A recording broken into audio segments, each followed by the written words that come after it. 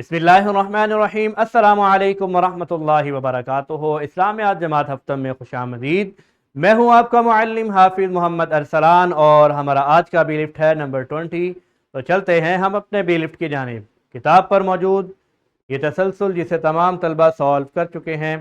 हमारा आज का बी लिफ्ट है रोज़े के अहकाम व आदाब से वाकिफ़ होकर उसके रूहानी, जिस्मानी और माशरती फ़वाइद का जायज़ा ले सकें, मुकम्मल दीनी आदाब के साथ रोज़ा रखने वाले और अमली ज़िंदगी में तक़वा इख्तियार करने वाले बन सके।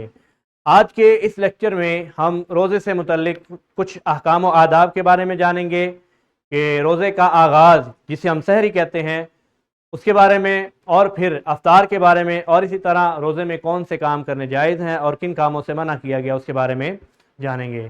प्यारे बच्चों, रोज़ा रखना ये महज भूखा या प्यासा रहने का नाम नहीं है, बल्कि ज़ाहिरी तौर पर भूखा प्यासा रहने के साथ साथ हमें बातनी तौर पर अपने आप को अंदरूनी तौर पर गुनाहों से, बुराइयों से पाक करना भी रोज़े का अव्वलीन मकसद है।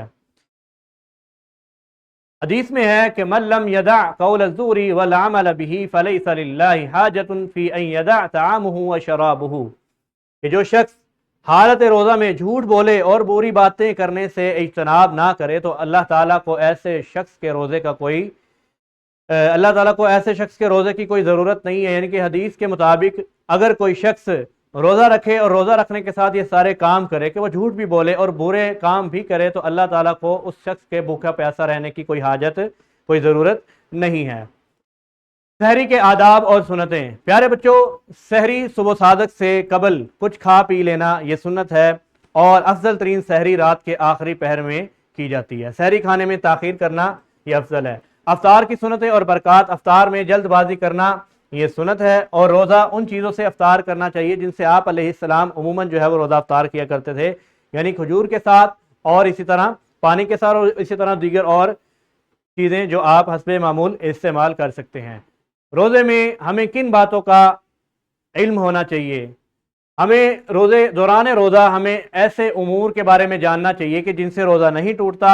ये वो मकरूहात कि जो रोज़े में सवाब की कमी का बायस बनते हैं, या फिर वो आमाल कि जिनके करने से रोज़ा जो है वो टूट जाता है। सबसे पहले हम उन आमाल के बारे में जानेंगे कि रोज़े के दौरान जिन आमाल को करना जो है वो मुस्तहब अमल कहलाता है। कुल्ली करना और मिसवाक करना ये रोज़े में अमल किया जा सकता है, इससे रोज़े को कोई फ़र्क नहीं होता। गुस्ल करना या ठंडा पानी सर पर डालना, इसी तरह आँखों पर सुरमा लगाना, या मकरूहात यानी वो आमाल जो रोज़े की बरकत को ख़त्म कर देते हैं, यानी झूठ बोलना, गीबत करना, चुगली करना या गालम गलोच।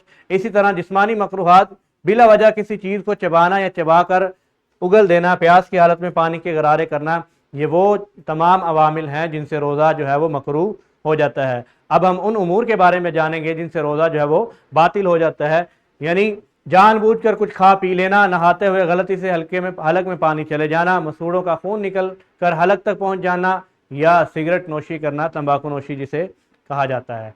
प्यारे बच्चों, अगर रोज़ा टूट जाए तो हमें क्या करना चाहिए?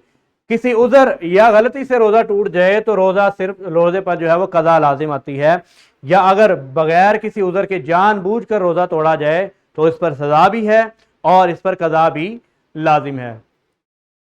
इसी तरह रोज़ा टूटने के बाद मुस्तहब अमल क्या है कि अगर किसी उज़र की वजह से रोज़ा टूट गया है तो फिर सारा दिन खाने पीने से परहेज़ करना चाहिए और रोज़ेदारों की तरह रहना ये एक मुस्तहब अमल है। रोज़े के दौरान हैरत अंगेज़ जो जिस्मानी फ़वाइद हासिल होते हैं उनमें से सबसे पहले नंबर पर है कि इंसान का निज़ाम इंहज़ाम, जिसे डाइजेस्टिव सिस्टम कहा जाता है, वो बेहतर होता है। कोलेस्ट्रॉल में इजाफा नहीं होता, ब्लड प्रेशर कंट्रोल रहता है और मोटापे से इंसान को निजात मिलती है। इसी तरह रूहानी तरक्की और माशरती हमदर्दी।